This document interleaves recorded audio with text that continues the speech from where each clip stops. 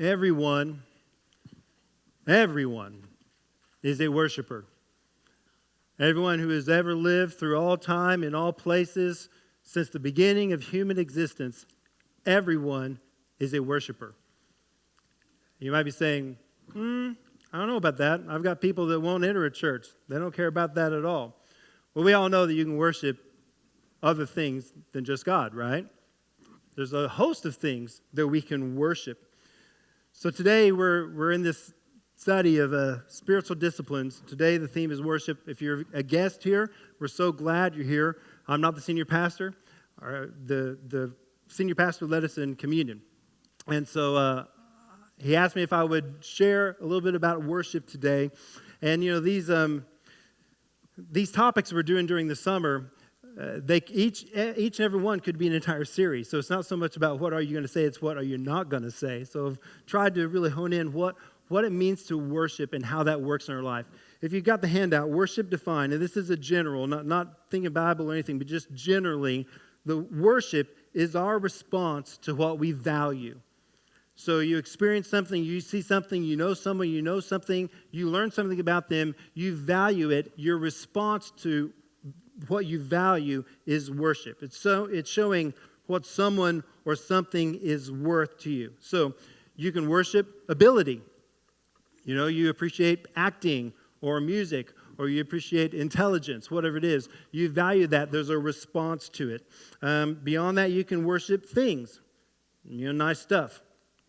Cars, houses, latest technology. For me, it's whatever guitar or instrument I've got in my mind that I just have to have, you know. And if that's really our driving force in life, then we're really worshiping materialism. Or sports. You know, sports fans and the level of just craziness, fanatic, you know, the word fan is short for fanatic, right? And I know because I can very easily be one of these people.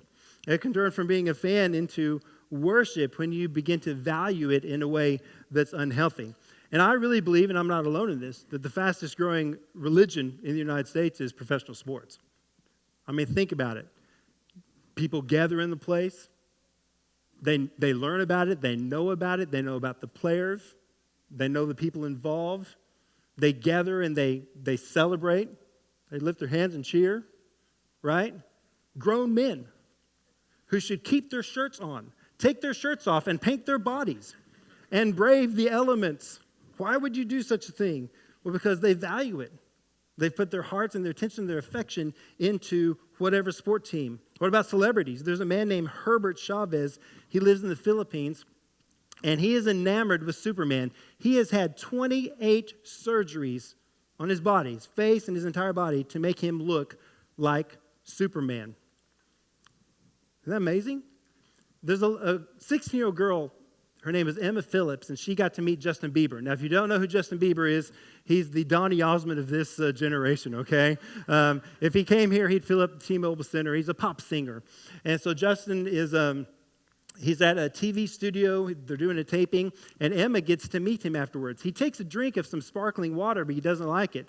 He sets it down. She grabs it. She puts it on a site called Trade Me, and another set of parents that had a kid who was just enamored with Justin Bieber bought a half-used water bottle for $624. That's a level of value and worship, right? So let me say this. Let me give you a disclaimer there. It's okay to find joy and delight in things. I can enjoy a good movie, enjoy hobbies or sports. God has given us those things to enjoy. There's nothing wrong with that. But in comparison to our affection, our devotion, and worship of God, those things should be a distant second, right? That they shouldn't even register as far as our passion and devotion and our knowledge and our response to who God is. Yet, when we look at the amount of time that we devote to other things in comparison to our relationship with God, it's no wonder that we begin to worship other things, right? Because that's where our time and our affection and our devotion lands. We worship what we value. We worship what we know. We're not going to worship something that we don't know anything about. if you're a KU Jayhawks basketball fan, you're not going to celebrate the Idaho State Bengals basketball team. They have it. I looked it up. Those people exist. You're like, I don't know anything about them. I've spent no time, no devotion, no loyalty. I don't know anything about the Idaho State Bengals basketball. So therefore, I don't care about it. So we need to ask ourselves this question. Is the person or object of my worship worthy of being worshiped? I love the Final Four. Every single March, I fill out brackets. I really get into it. But the reality is, if you ask me right now to name the last 5 winners, and I know KU won this year. Good for them. Yay. I know that. I do know that. But if you ask me the last 4 years for that, I would have no idea. You know why? Even though I can enjoy the tournament, it adds no value to my life. It has no eternal or lasting impact whatsoever. So let's talk about this. The real truth that's going to guide us this morning is if you know God, you will worship Him above all things. I grew up in the church. My mom sitting on the front row, took me to church. Every Sunday we were there. I knew all the stories. I knew all about God. I was almost 14 years old before I realized that it doesn't mean that you're a Christian just because you know about God. But you have to have a time when you've surrendered your life, you accepted His forgiveness, and you surrender your life to Him. And I want you to know, when I did that, everything that I knew in my head, when it hit my heart and my life, it changed everything. And I became a worshiper. See, everything starts with being a follower of Jesus. You're not going to worship God unless you know Him. But here's the thing. If you know Him, you will worship Him. Your response will be, He is worthy, and I need to know Him. So true biblical worship is the acknowledgement of God and all His glory in everything we do. I think that should be up on the slide if the slides are working. If they're not, that's okay. There you go. Yeah, so the next slide. True biblical worship is the acknowledgement of God and all His glory in everything that we do. So you see where we're headed today, that everyone is a worshiper. So unless you think this is not a major issue, like isn't it enough that I just kind of believe the right stuff and kind of try to do the best I can? Listen, worship is a major theme in the Bible. Actually, it's really every page of the Bible, that there's a God who is worthy to be known and exalted and praised. But if you're going to have a biblical approach to the Christian life, worship has to define you. So let's look at a few passages on worship and its importance. First of all, the first of the 10 commandments, Exodus 20, He says this, you shall have no other gods before me. Pretty clear. That's the first thing that God tells His people. You can't do that.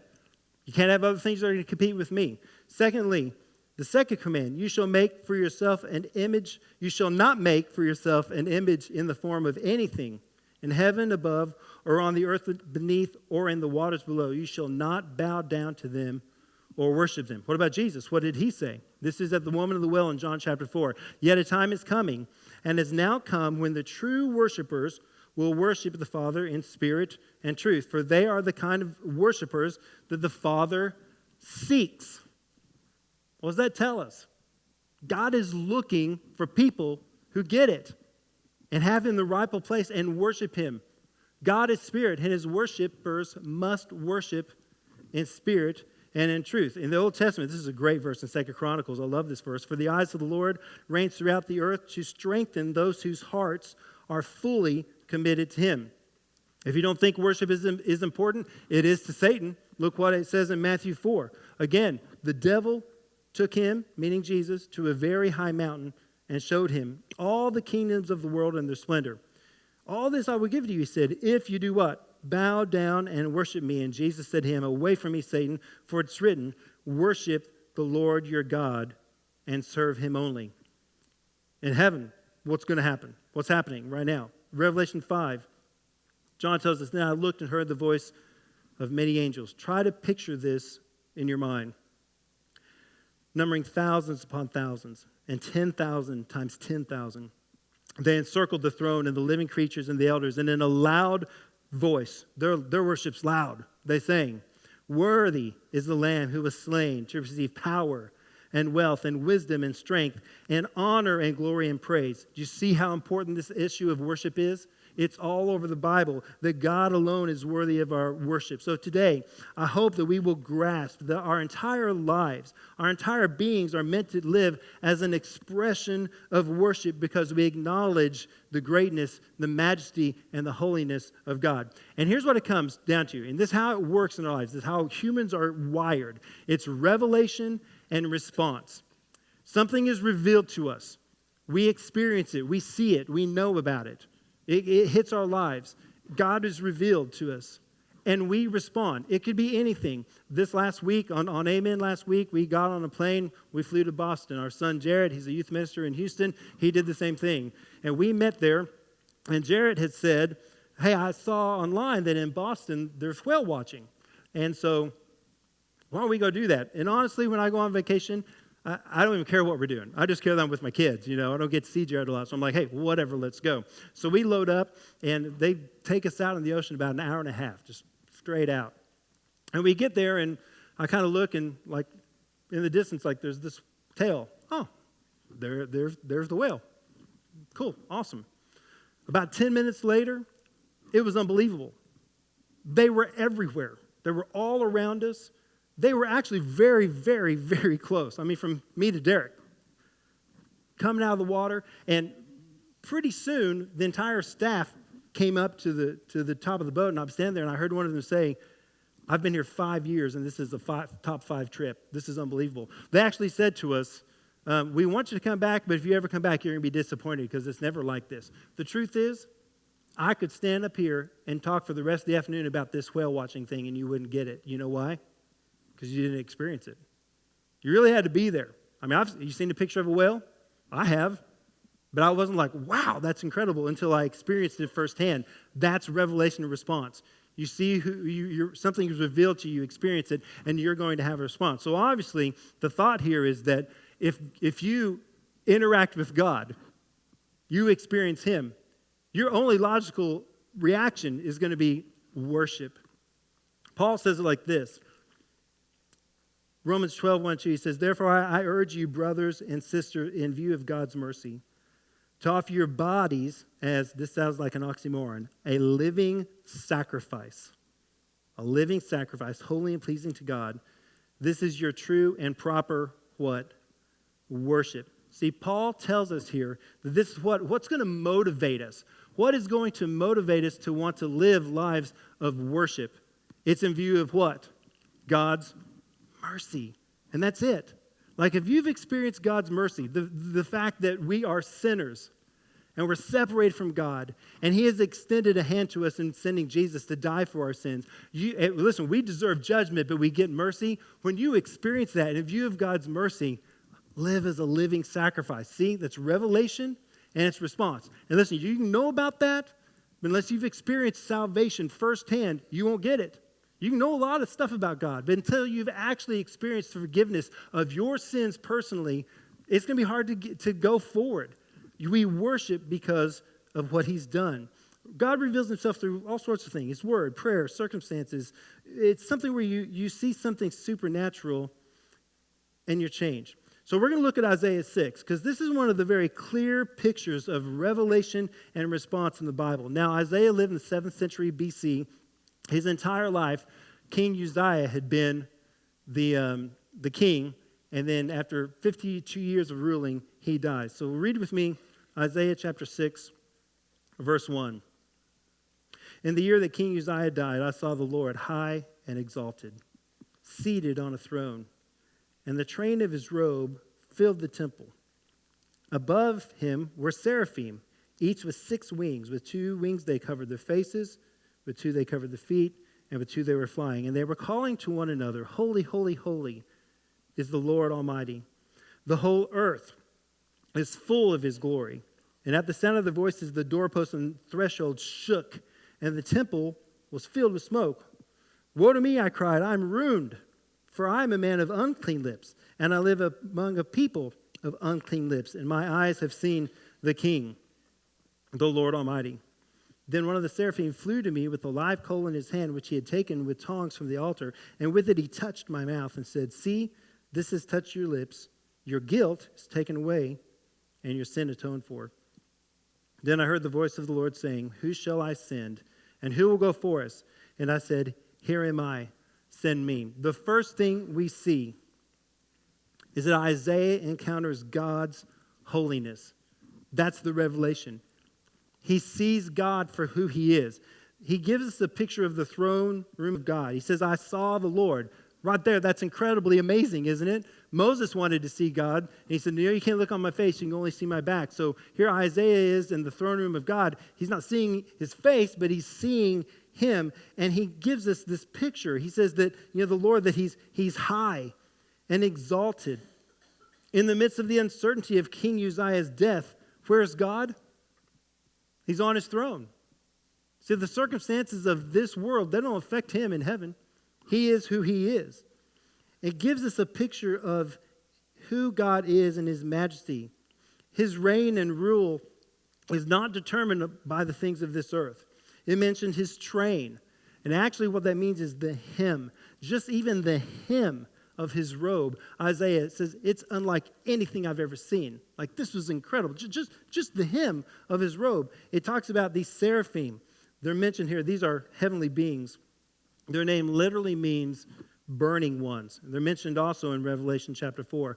But see what's going on here? With two wings, they hide their face because they can't look on God. With two wings, they are covering their feet out of reverence. And with two wings, they are ready to go and to serve at God's command. But what's more amazing than what they look like is what we learn about God from what they say. How did they describe this God that's on his throne in heaven? That he is holy, holy, holy. That the whole earth is full of his glory. We know that the word holy means what? Set apart. What Isaiah is telling us here is that he is holy, holy, holy. He's altogether different than us. There's something majestic and powerful and magnificent about this God who is worthy that he's experiencing.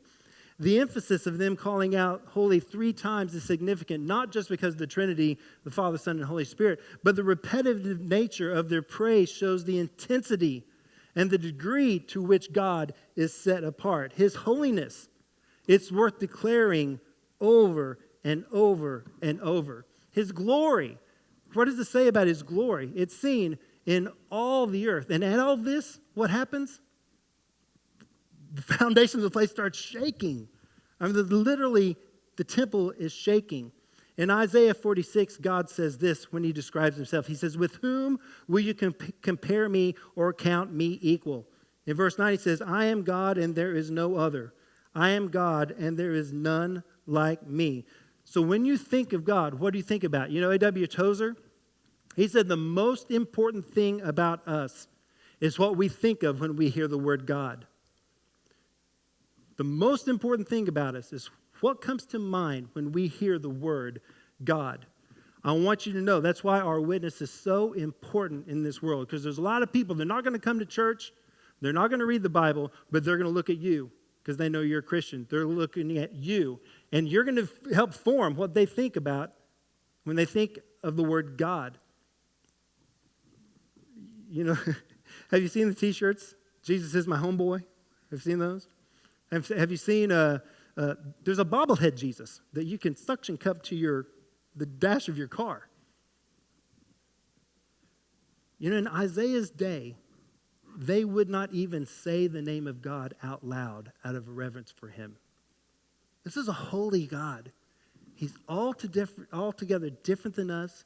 He's high, he's exalted, he's glorious, he's magnificent. But it leads to this. Number 2, God's holiness, it leads to self-awareness and confession.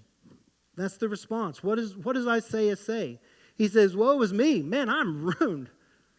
I'm an unclean man. I'm living with people who are unclean. And yet I've seen this holy God. Listen, there's no way we see God and then not see us for who we are. When we see our sinful lives in relation to God's holiness, our only response is going to be, I'm in trouble. Whoa, what's going to happen? Here I am a sinner. I'm unclean. I know I'm unworthy. And here's a God who is holy. The seraphim were saying, holy, holy, holy, but Isaiah can't say that. Why? Because he has unclean lips. So we should think about this. How do we see ourselves in response to God and his holiness? You know, we're all like this. We're quick to judge ourselves based on other people, right? Well, I'm not as bad as he is. Not as bad as she is. You know, they're really bad sinners. I'm not that bad. But the truth is, we're all in the same boat. We're all sinners, right? We all are in need of God. And honestly, if we just stopped right there, that'd be it. Isaiah 64 says this, all of us have become like one who is unclean, and all of our righteous acts are like filthy rags. We all shrivel up like a leaf, and like the wind, our sins sweep us away. If that was the end of the story, that there's just a holy God and sinful man, that's pretty hopeless. But our God, he's made a way, hasn't he? Because look what happens. The confession, his confession that I'm unclean, his confession, our confession, leads to what? Forgiveness. That's the amazing part of it. And we don't need to miss that, like, his lips are the problem, right? His mouth is the problem. What does God do? He comes and he makes that whole. That's the way God works. When we have a need, he comes and fills it. He forgives. We see this grace that he extends simply because Isaiah confessed. God takes his guilt away. His sins are paid for. Amazing. Now here's the thing. God doesn't have to forgive. He wants to restore us. He wants us to come to him. And so again, that's the response part, right? The holy God that doesn't have to do that, but he chooses to because his character, his nature is that he wants to redeem us. And that forgiveness that he gives us leads, fourthly, to being called and sent.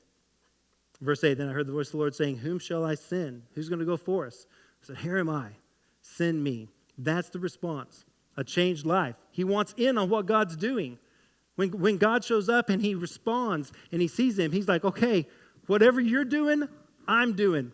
However you want me to live, where you want me to go, that's me. Count me in. Isaiah is quick to say, hey, listen, I'm in on this. My response is, you are worthy, and what can I do? As your child now, what can I do? Here I am. See, God's looking for people who will be his ambassadors to a world that desperately needs him. He's calling us to live for a kingdom that is beyond this world. It's bigger than anything else that this earth could ever produce or manufacture. Do you see how this works for Isaiah?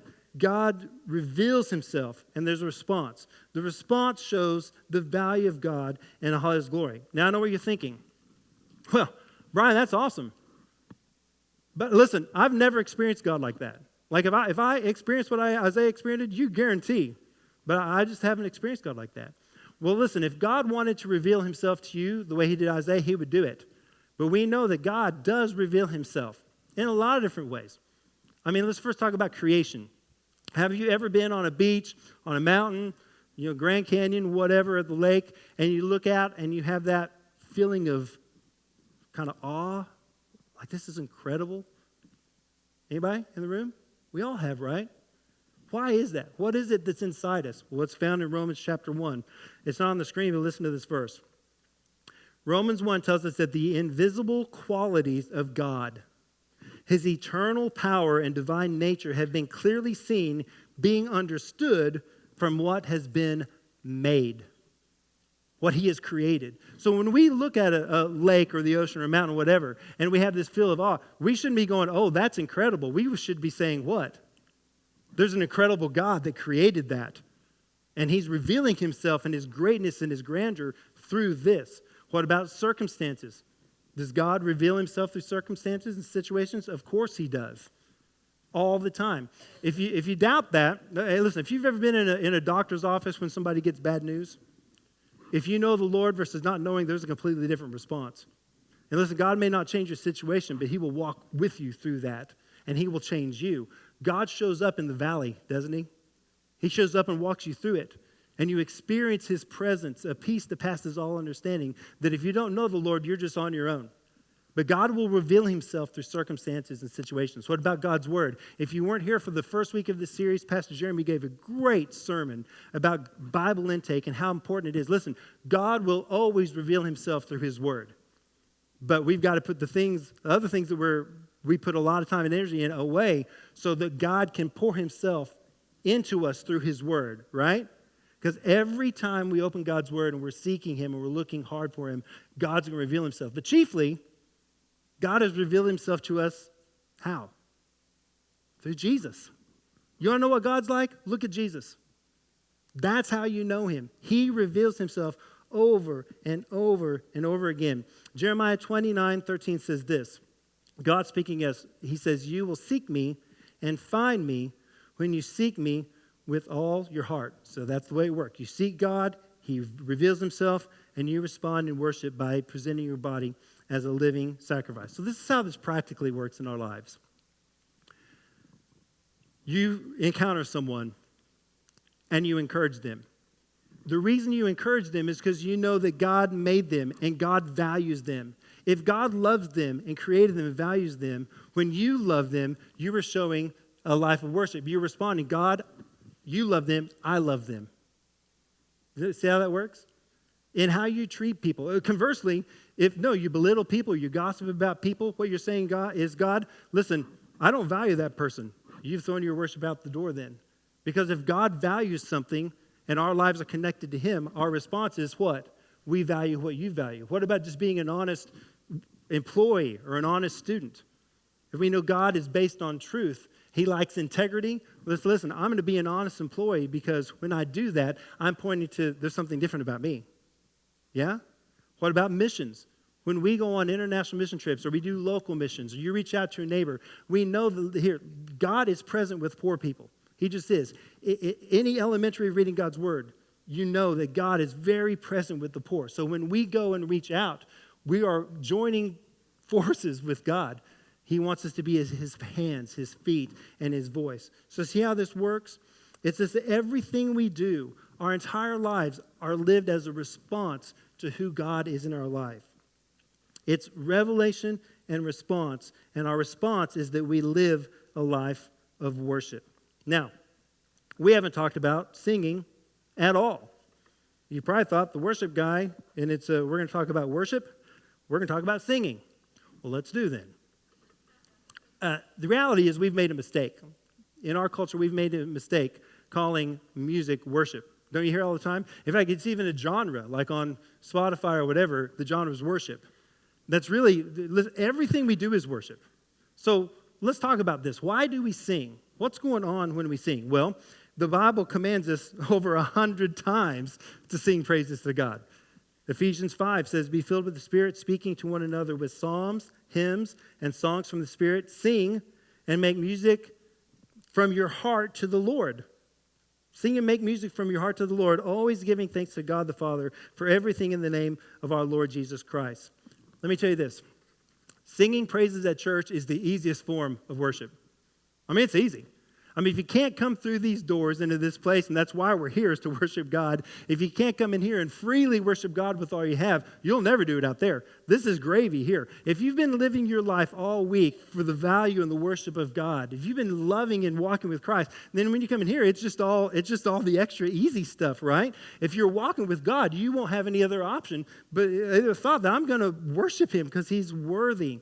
We shouldn't have to be like, hey, come on, let's get ready and let's worship God. No. It's we value him and we're going to go forward. So listen, there's a whole lot of things that we could talk about that happens in corporate worship. Corporate worship when we come together. Let's talk about 4 real quick. Number 1, what's happening when we gather to worship? Well, number 1, we're obedient. Just talk about 100 times that it says we're to worship.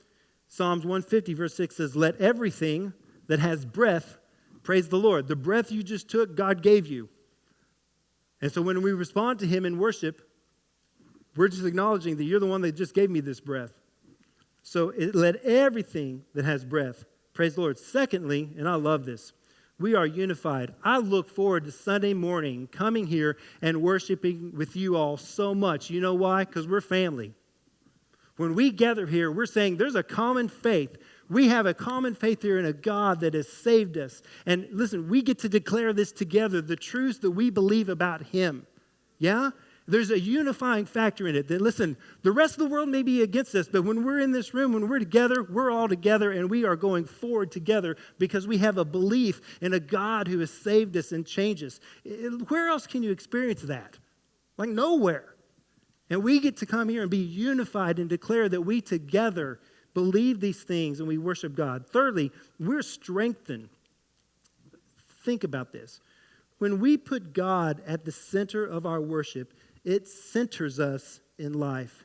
It puts everything in proper perspective. I want you to know that if left up to me, I'm going to become the throne of my life.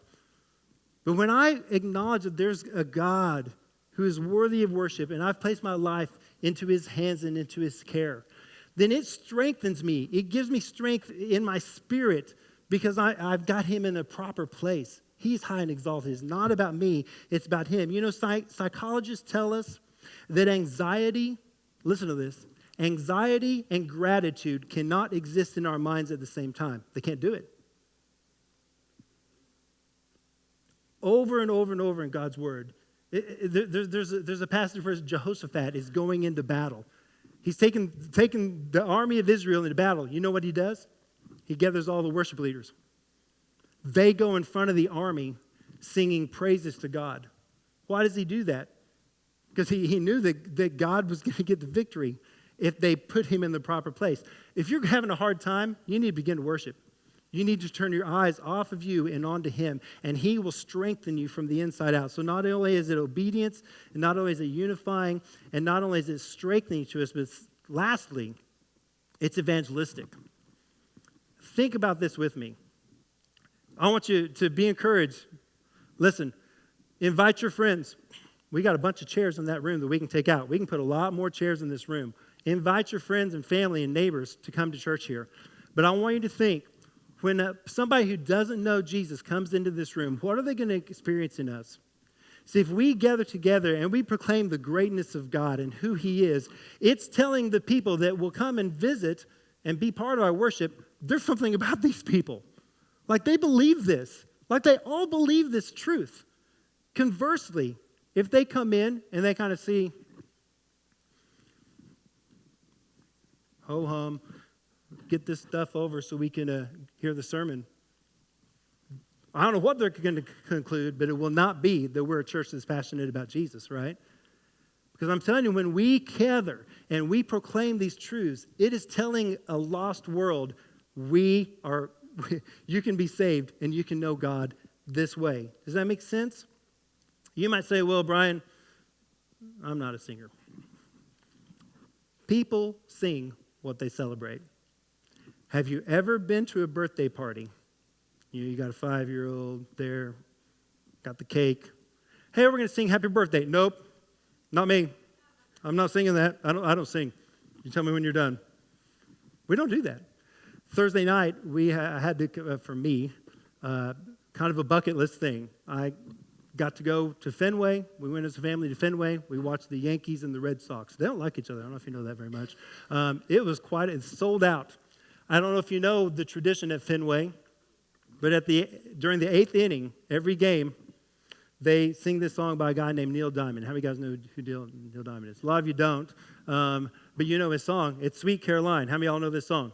Help me out. Sweet Caroline. Good times never seem so good. You are not at all like the 37,000 people that are at Fenway, because what happened, man, it was just incredible. I mean, I just kind of stepped. There was one guy that was lifting his baby the entire time and singing, doing this thing like Simba, and it was just, and I thought, all these people, and they're raising their hands, they're singing. You know why they're doing that? Because they're celebrating together. We celebrate what we value and what we know. And listen, what matters is that our hearts are connected in lifting up the name above every name, because he is worthy of our praise. And let me tell you, it really is not about music. It doesn't matter. None of this is about song choice. As long as the words are declaring the greatness of God, then the rest of it doesn't even matter. If we decided next week we're going to have we're going to give every child in this church a kazoo, and we're going to march them in here, and we're just going to sing praises as the children play their kazoos, then we should just say, then that's what we're doing today. That's what we're going to do. You'll never forget that day. Maybe we should do that. I'm telling you, when I go to my in-laws' church, a lot of times they might have an organ, they might have a piano. Sometimes they have nothing. It doesn't matter. We're there to worship. It doesn't matter if it's an orchestra or a band, or if we say to a local drum line, you know what? Bring your drums, and you're just going to pound on drums, and we're just going to worship God as you pound on your drums. It doesn't matter, because it's not about that, is it?